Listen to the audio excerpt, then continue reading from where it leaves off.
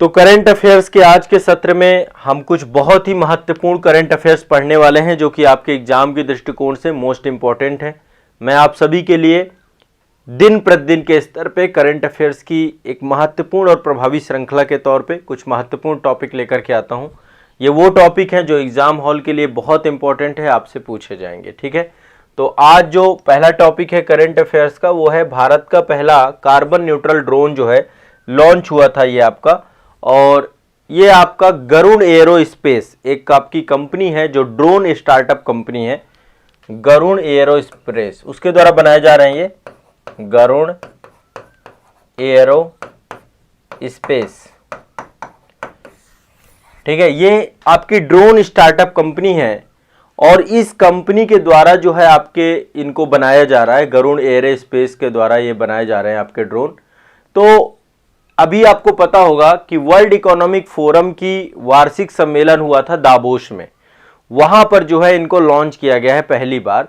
और ये जब ड्रोन बन जाएंगे तो इससे एग्रीकल्चर के क्षेत्र में बहुत बड़ा रेवोल्यूशन आएगा।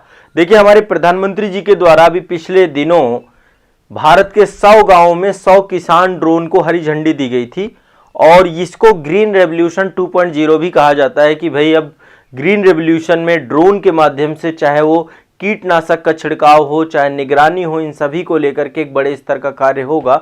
तो गरुड़ एरोस्पेस के द्वारा बड़ी मात्रा में लगभग 25,000 आने वाले 15 महीनों के अंदर 25,000 से अधिक ड्रोन का निर्माण किया जाएगा जो एग्रीकल्चर के क्षेत्र में क्रांति लाएंगे।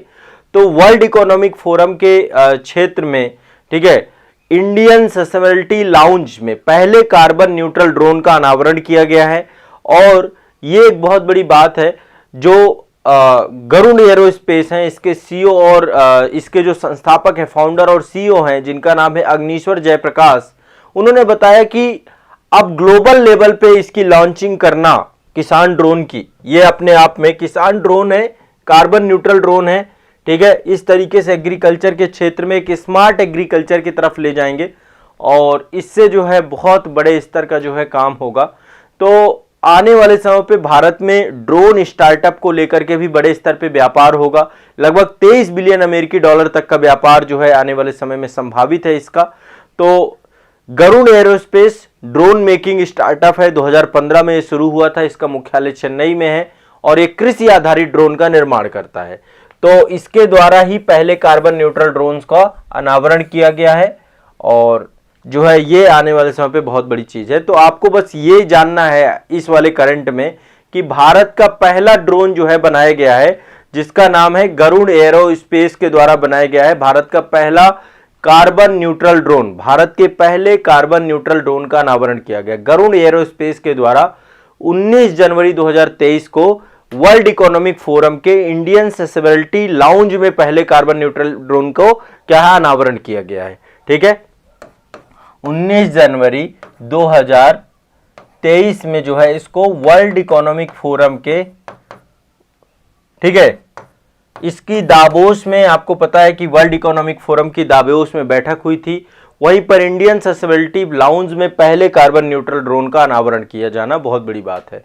ठीक है, तो ये एग्रीकल्चर के क्षेत्र में किसान ड्रोन बहुत ज्यादा जो है आपका एक क्रांति के तौर पे लाएगा। देखिए, भारत का पहला 3D मुद्रित डाकघर बनाया जा रहा है, ये बंगलुरु में बनाया जा रहा है। कहां बनाया जा रहा है? बंगलुरु। L&T बना रही है इसे बंगलुरु में। भारत का पहला आपका 3D मुद्रित जो है क्या बन रहा है? डाकघर बन रहा है, 3D प्रिंटिंग के तहत बनाया जा रहा है आपका। ठीक है, तो ये भारत का पहला डाकघर होगा जो 1 महीने में बनाया जाएगा और ये बनाने का काम कर रही है कौन सा? L&T, Larsen and Toubro. ये भारत की सबसे बड़ी कंपनी है और यही जो है वर्तमान में भारत में 3D प्रिंटिंग तकनीकी का उपयोग करके भवन निर्माण करने वाली एकमात्र कंपनी है। तो 3D प्रिंटिंग के माध्यम से आपका पोस्ट ऑफिस बनाया जा रहा है और 3D प्रिंटिंग पोस्ट ऑफिस, इसका नाम है हलासुरु कैम्ब्रिज लेआउट में डाकघर बनाया जा रहा है। हलासुरु कैम्ब्रिज लेआउट में यह डाकघर बनाया जा रहा है, बंगलुरु में बनाया जा रहा है, कर्नाटक में बनाया जा रहा है। भारत का पहला 3D प्रिंटिंग डाकघर। ठीक है, तो आम डाकघरों की तरह यह भी काम करेगा और अब जो है एक तरीके से आप समझिए कि ये एक 3D कंक्रीट जो 3D प्रिंटिंग टेक्नोलॉजी है उसके थ्रू आने वाले समय पे भवनों के निर्माण की दिशा में एक नया जो है आपका रेवोल्यूशन होने वाला है। तो भारत का पहला 3D प्रिंटिंग डाकघर जो है, India first 3D printing post office बन रहा है बंगलुरु में। और मैंने नाम भी बताया आपको, हालासुरु कैम्ब्रिज आपका लेआउट, वहीं पर ये डाकघर आपका बन रहा है। ठीक है, तो ये भी आपको ध्यान रखना है, पहला 3D प्रिंटिंग डाकघर कहां बन रहा है, बंगलुरु में। आगे चलते हैं, अगला चलते हैं गुजरात में। देखिए गुजरात में जो आपका कच्छ वाला क्षेत्र है या जोधपुर संभाग वाला क्षेत्र है, आपका जोधपुर संभाग है ना, जोधपुर संभाग से लेकर के पूरा का पूरा गुजरात में रन ऑफ कच्छ तक, यहां पर जो है जंगली गधे पाए जाते हैं बहुत सारे। ठीक है, तो राजस्थान में जोधपुर संभाग वाले क्षेत्र में एक तहसील है जिसका नाम है चितलवाना तहसील, उसी में रणखार गांव है, रणखार गांव, रणखार गांव है। ठीक है, यहां पर क्या पाए जाते हैं, यहां पर गधे पाए जाते हैं। ठीक है, गुजराती जंगली गधे पाए जाते हैं। ठीक है, गुजराती जंगली गधे जो कि राजस्थान और गुजरात के काफी क्षेत्र में फैले हुए हैं। ठीक है, तो इन जंगली गधों के संरक्षण के लिए राज्य सरकार के द्वारा रणखार को कंजर्वेशन घोषित किया गया है, कंजर्वेशन रिजर्व इसको घोषित किया गया है, कंजर्वेशन रिजर्व घोषित किया गया है। ठीक है, रणखार गांव को कंजर्वेशन रिजर्व घोषित किया गया है। तो जोधपुर संभाग में संचार तहसील है, उससे दूर चितलवाना तहसील में, चितलवाना तहसील है आपकी, चितलवाना तहसील, चितलवाना तहसील। ठीक है, चितलवाना तहसील में ही रणखार गांव है, यहीं पर ही रणखार गांव में ये आपके जंगली गधे हैं। क्या है, जंगली गधे। तो जंगली गधों के संरक्षण के लिए 24 अप्रैल 2022 से जो है आपका ये काम किया गया था। इसके अलावा यहाँ पे और बहुत सारे जानवर पाए जाते हैं, चिंकारा, जंगली बिल्ली। तो वन विभाग के द्वारा और जो राजस्थान सरकार है उनके द्वारा जो है, और गुजरात सरकार के सहयोग से भी ये चीजें हुई हैं। तो रन ऑफ कच्छ में एक अनोखा प्राणी ये पाया जाता है, गधा। ठीक है, और ये जो है आपका ना तो घोड़ा है ना, और ना ही ये दोनों के एक तरीके से ये खच्चर की तरह है। और ये आपको जो है ये देख सकते हैं काफी बड़ी मात्रा में यहाँ पे पाए जाते हैं। इनके संरक्षण के लिए रणखार गांव को कंजर्वेशन रिजर्व घोषित किया गया है। ठीक है, अब ये धीरे धीरे इनकी संख्या भी कम हो रही है, तो ऐसे में जो है इनका जो है संरक्षण जरूरी है। तो ये भी ध्यान रखिएगा, रणखार गांव में इनका संरक्षण किया जा रहा है। ठीक है, अगला चलते हैं नेक्स्ट। देखिए रवांडा अफ्रीका का पहला देश है जहां पर mRNA वैक्सीन उत्पादन सुविधा जो है डेवलप हो रही है। ठीक है, यहां पे रवांडा में एक कंपनी mRNA वैक्सीन जो है आपकी यहां पर डेवलप हो रही है। तो अफ्रीका का पहला देश है रवांडा जहां पे mRNA जो है आपकी वैक्सीन बन रही है, पहला उत्पादन सुविधा बन रही है। देखिए 13 मार्च 2023 को एक कंपनी है आपकी, ठीक है, एक कंपनी है, जर्मन दवा कंपनी है जिसका नाम है बायोएनटेक, जर्मन दवा कंपनी है जिसका नाम है बायोएनटेक, बायोएनटेक। ठीक है, यहां पे देखिए बायोएनटेक, इसके द्वारा जो है ये डेवलप किया जा रहा है। बायोएनटेक के द्वारा जो है आपका बायोटेनर्स नामक आरएनए मोबाइल कारखानों के 6 कंटेनर इनको प्राप्त हुए हैं।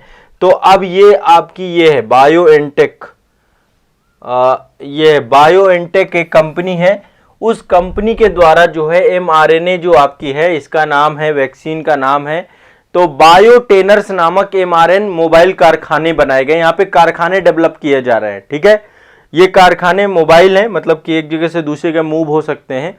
तो रवांडा में पहली बार जो है, मतलब अफ्रीका सोचिए कितना पिछड़ा हुआ देश है जहां पे अभी तक जो है वैक्सीन उत्पादन तक की सुविधाएं नहीं थी।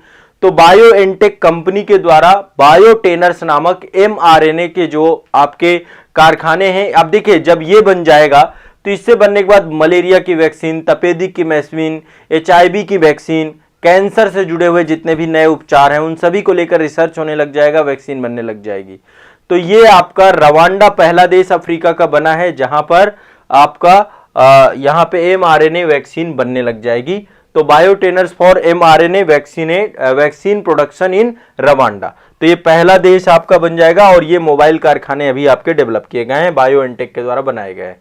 ठीक है, ये आपको ध्यान रखना है। चलिए आगे बढ़ते हैं। नेक्स्ट है ये बायोटेनर्स है ना, बायोटेनर्स जो आपके बायोटेक के द्वारा डेवलप किए, बायोएनटेक के द्वारा डेवलप किए गए हैं। तो mRNA वैक्सीन कारखाने बनाए गए।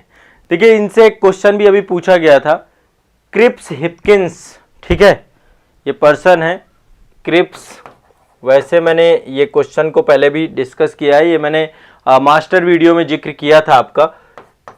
क्रिस हिपकिंस ये न्यूजीलैंड के अभी नवनिर्वाचित 41वें प्रधानमंत्री बने हैं, 41वें पीएम बने हैं।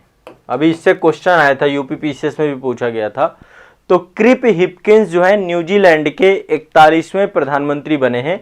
21 जनवरी 2023 को न्यूजीलैंड की जो पीएम थी, जिनका नाम था जेसिंडा अर्डन, उन्होंने इस्तीफा दे दिया था। उनके इस्तीफे के बाद क्रिप हिपकिंस को न्यूजीलैंड का नया प्रधानमंत्री बनाया गया। ठीक है, तो ये आपके हिपकिंस हैं, हिपकिंस पर याद कर लीजिए आप। ठीक है, और इनके साथ कार्मेन सुपेलेनी को उप प्रधानमंत्री बनाया गया, उन्होंने भी शपथ ग्रहण की है। तो ये ध्यान रखिएगा, अभी अक्टूबर तक ये रहेंगे। अक्टूबर के बाद जो है फिर नए पीएम बनेंगे, आम चुनाव होंगे, आम चुनाव के बाद फिर नए प्रधानमंत्री बनेंगे। तो ये ध्यान रखना है 41वें प्रधानमंत्री के तौर पे कौन है कि क्रिस हिपकिंस। ठीक है, ये भी दिमाग में बैठा के रखना है आपको। चलिए, इनका पूरा नाम है क्रिस्टोफर जॉन हिपकिंस, इसी को शॉर्टकट में क्रिप हिपकिंस बोला जाता है। चलिए आगे चलते हैं। नेक्स्ट देखो, एक नया संगठन के तौर पे आप इसे बोल सकते हैं, एक नया संगठन बना है, एक नई संधि हुई है और त्रिपक्षीय सहयोग संधि है आपकी। वैसे संधि 2021 में हुई थी, इसका नाम है ऑकस। एक नई संधि हुई है ऑकस। ठीक है, ये आपको ध्यान रखना, AUKUS। एक नई संधि है जिसमें से ऑस्ट्रेलिया है, ब्रिटेन है और अमेरिका है। ये 3 देश हैं इस संधि में। इसकी घोषणा 2021 में हुई थी, अभी इनकी मीटिंग हुई है 13 मार्च 2023 को, ये तीनों मिले हैं। 13 मार्च को इनकी मुलाकात हुई है। ठीक है, तो ऑकस एक गठबंधन है, एक त्रिपक्षीय संधि है आपकी। ठीक है, इसमें जो बाइडेन साहब हैं, और ये जो बाइडेन हो गए अमेरिका के, और ये आपके ऋषि सुनक साहब हैं, और ये एंथनी एल्बनीज हैं। ये तीनों की मुलाकात अभी हुई है आपकी अमेरिका के। और देखिए ओवरऑल इसका उद्देश्य क्या है, ऑस्ट्रेलिया को न्यूक्लियर पावर की पनडुब्बियां देना। एक तरीके से रक्षा समझौता है आपका, रक्षा संधि है आपकी। ठीक है, तो अब इंडो पैसिफिक क्षेत्र में आपको पता ही है कि किस प्रकार से अमेरिका अपनी उपस्थिति दर्ज कराना चाहता है, और उसमें जो है कह रहा है कि इंडो पैसिफिक क्षेत्र में स्थिरता लाने के उद्देश्य से महत्वपूर्ण कदम है। और इसके तहत जो है, इस प्रोजेक्ट के तहत, ऑकस प्रोजेक्ट के तहत न्यूक्लियर पावर से जुड़ी हुई जो सबमरीन है वो आपकी उपलब्ध करानी है। ठीक है, परमाणु पनडुब्बियां उपलब्ध करानी है ऑस्ट्रेलिया को, बस इतना सिंपल से समझ लीजिए। तो ये इस गठबंधन से हिंद प्रशांत क्षेत्र में जो चीन की आक्रामकता है, चीन से जो भय है इस पूरे क्षेत्र को, उसको नियंत्रित करने का प्रयास किया जाएगा।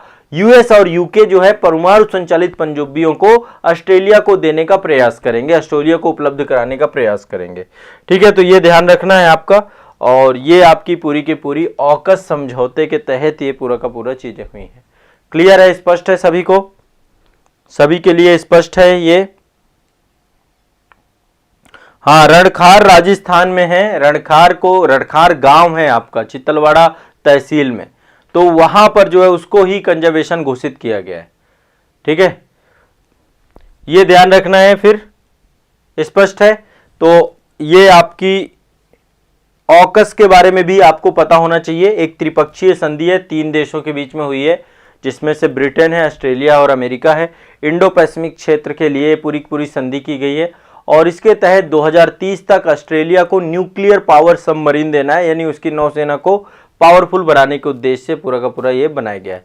तो एक तो ऑकस हो गया आपका, दूसरा ये आपके क्रिस हिपकिंस हो गए, 41वें जो है पीएम बने न्यूजीलैंड के। बाकी ये आपका बायोटेनर्स बनाया गया है बायोएनटेक के द्वारा, रवांडा पहला देश बना है अफ्रीका का। ठीक है, और ये आपके जंगली गधों के लिए रणखरवार जो है, इसको जो है चित्तलवाड़ा जो गांव है चित्तलवाड़ा, वहां पर उसको तहसील को रणखरवार गांव को कंजर्वेशन रिजर्व घोषित किया गया है। पहला जो है बंगलुरु में आपका इंडिया का पहला 3D प्रिंटेड पोस्ट ऑफिस बन रहा है बंगलुरु में। इसके बाद जो है आपका ये किसान, ये भारत का पहला कार्बन न्यूट्रल ड्रोन का अनावरण किया गया, गरुड़ एरोस्पेस के द्वारा बनाए जा रहे हैं एग्रीकल्चर के क्षेत्र को लेकर के। तो वर्ल्ड इकोनॉमिक फोरम में इसका पहली बार अनावरण किया गया। ठीक है, तो ये आपके कुछ महत्वपूर्ण करंट अफेयर्स थे और आपको बस इतने ही करने हैं। इससे पहले जितने मैंने करवाए हैं उनको रट जाना है। ठीक है, आगे फिर आपको करंट अफेयर्स को लेकर मैं इसी तरीके से निरंतर रहूंगा, कंटिन्यूअस रहूंगा। बस अब आपको भी कंटिन्यूअस रहना है, करंट अफेयर्स पढ़ना है। ठीक है, चलिए।